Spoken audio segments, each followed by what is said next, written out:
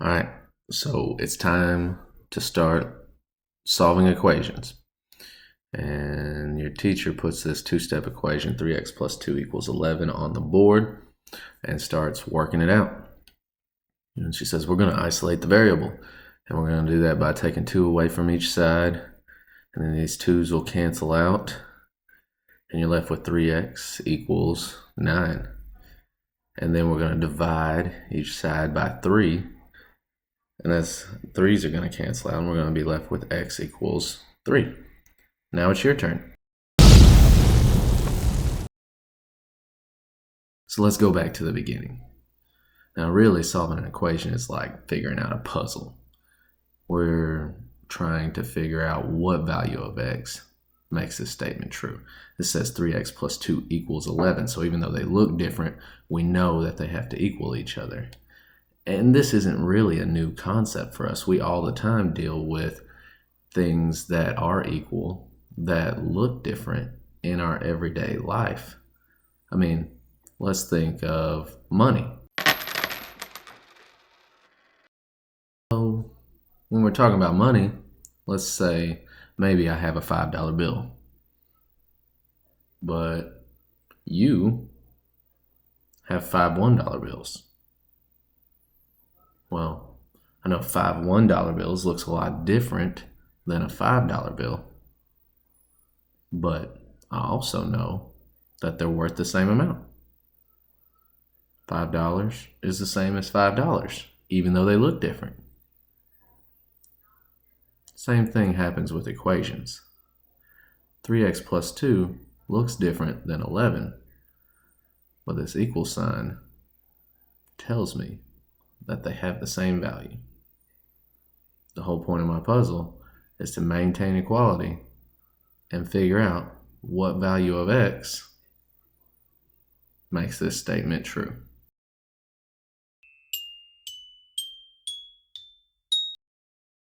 So you may hear teachers refer to this number one rule of maintaining equality by saying what you do to one side of the equation, you have to do to the other side of the equation.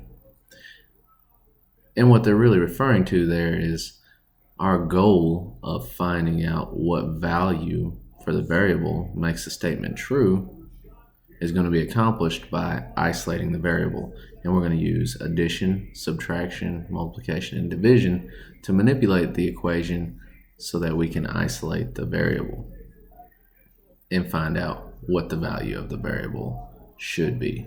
When we're talking about using the mathematical operations, the properties of identity are going to come into play. And it sounds complex, but it's really not. It just means if you add or subtract 0, it doesn't change value, or if you multiply or divide by 1, it doesn't change the value of something. We're going to use those properties to help us isolate the variable. So here we got 3x. The variable is actually x. So we're going to try to isolate the variable.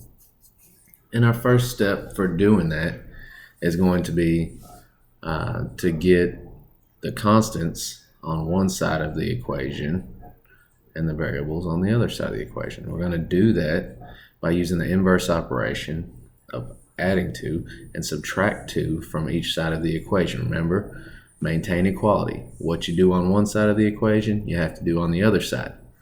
So if we're talking about our money, if we take $2 away from one side of the equation, that leaves us with $3. We also have to take $2 away from the other side of the equation to maintain equality. So in our equation, 3x plus 2 equals 11, we're going to take 2 away from each side of the equation to maintain equality.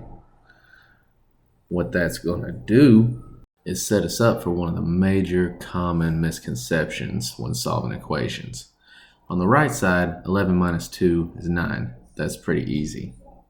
Now, what we often catch ourselves saying is that 2 minus 2, or the 2's cancel out, but that's not really what happens. It really is 2 minus 2 gives us 0, and adding 0 to something doesn't change the value. So 3x plus 0 really doesn't change the value of this equation. Now, so we just don't always write the 0. So we can say that 3x plus 0 is actually 3x and move on and say 3x equals 9. And we basically just repeat some version of this process until we isolate the variable, no matter how many steps the equation has.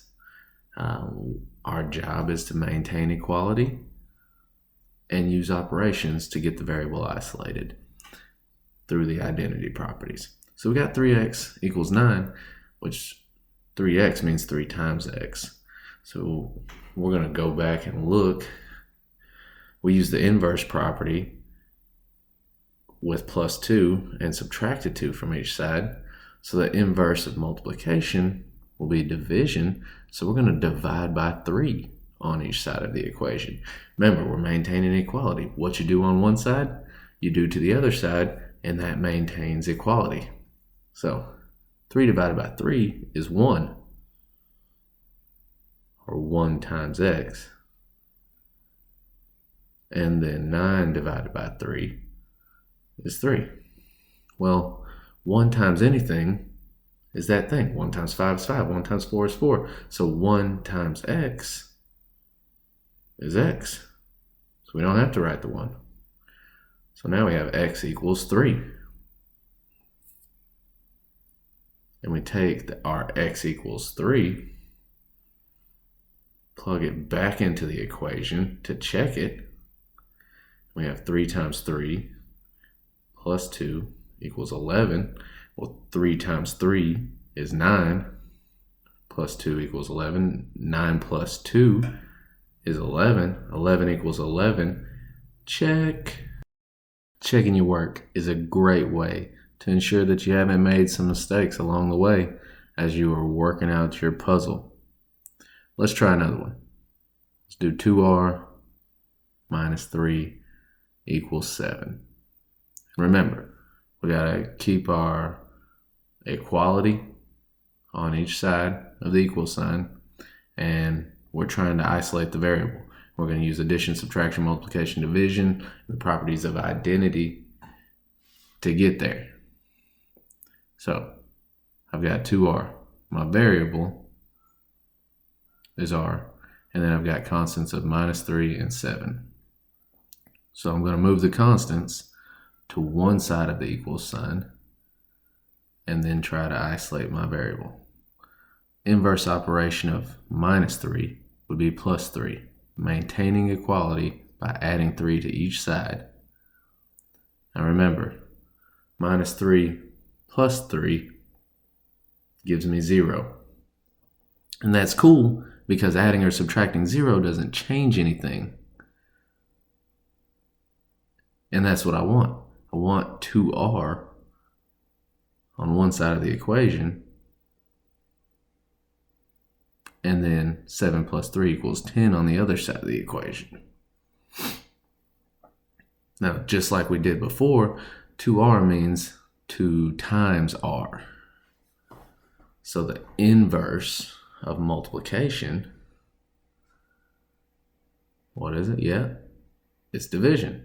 So if we're going to do the inverse of multiplication, we've got to divide. And if we're maintaining equality, we divide on each side of the equation. Now that fraction line there is another way of showing division. So 2 divided by 2 is 1. And remember, 1 times anything doesn't change it. So I don't even really have to write it if I don't want to. 10 divided by 2 is 5. So I've got 1r equals 5, but really r equals 5. So I've isolated my variable. Now I'm going to plug it back into the equation and check to make sure that it works. So I've got 2 times 5. I plug that 5 in for r. 2 times 5 minus 3 equals 7. 2 times 5 is 10. Minus 3 equals 7. 10 minus 3 is 7. So 7 equals 7. Booyah! We checked out. So there are a few things to remember when we're solving equations. The master rule, the main rule, the Mac Daddy. We must always maintain equality. And when we're talking about solving equations, we usually would say what you do to one side of the equation, you do to the other side. Or what you do on one side of the equal sign, you must do on the other side of the equal sign to maintain equality. And then our goal is to isolate the variable, meaning get the variable by itself. And that's what we did when we have x equals or r equals, and then we can take that value and plug it back into the equation to make sure it's correct. How are we going to isolate the variable?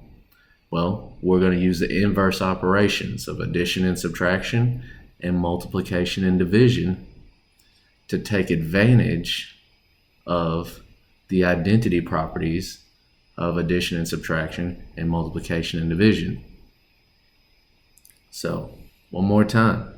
Maintain equality, isolate the variable using inverse operations and identity properties. I'm going to make some shorter videos to show a few more complex examples. Hopefully, I can help make solving equations feel a little bit less complex.